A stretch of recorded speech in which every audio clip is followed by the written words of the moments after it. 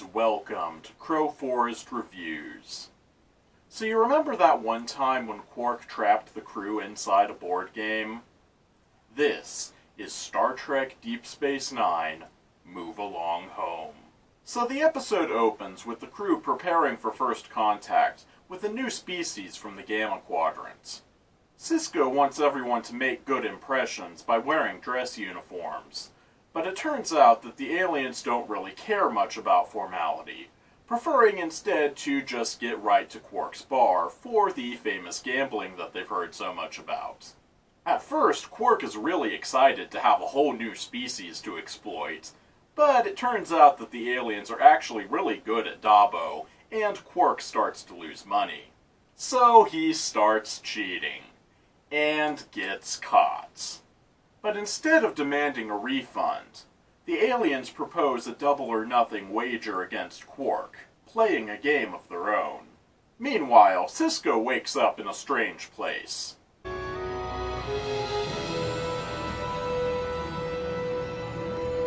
I'm sure that has nothing to do with Quark.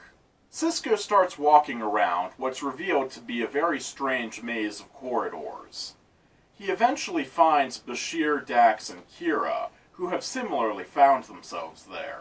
The alien appears to them and tells them to move along home, indicating to them that they're trapped in some kind of a game world. Shop 2, move along home! Move along home! So, with nothing else to do, they decide to try and find their way home to win the game, and hopefully be released back into their own reality. Meanwhile, back on the station, Jake tells Odo that his father is missing, and Odo launches an investigation to find the missing officers. And over in Quark's bar, Quark starts playing the game with the aliens.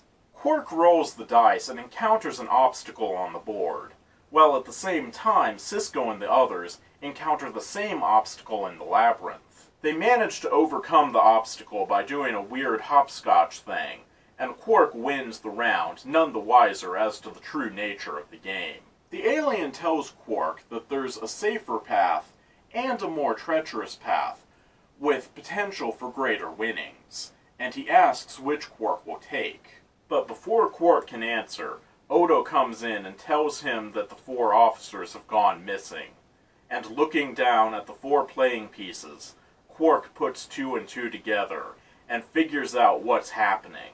And with the stakes now suddenly much higher, Quark opts for the safer path. Sisko and the others figure out the next challenge and advance to the next level, and Odo goes to investigate the aliens.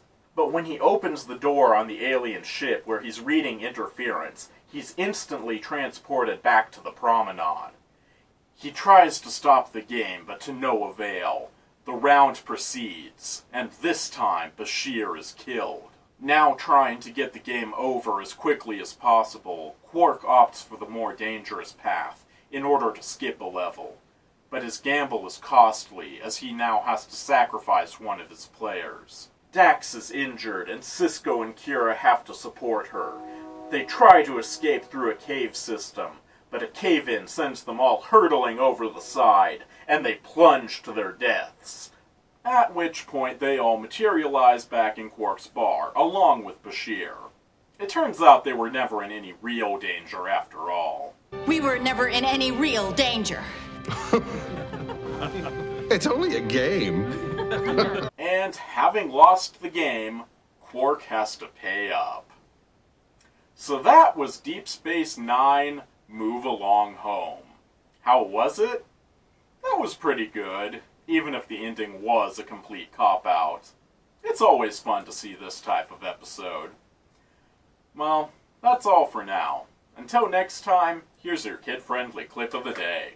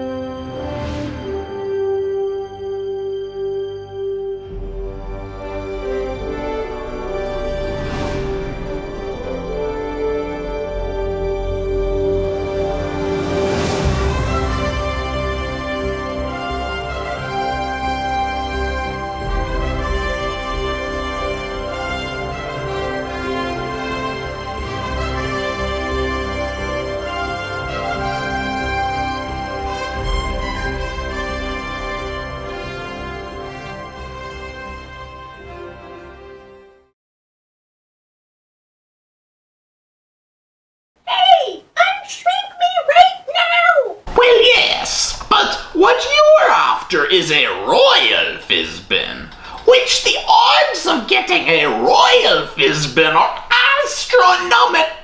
Well, Bunny, what are the odds of getting a royal Fizbin? What?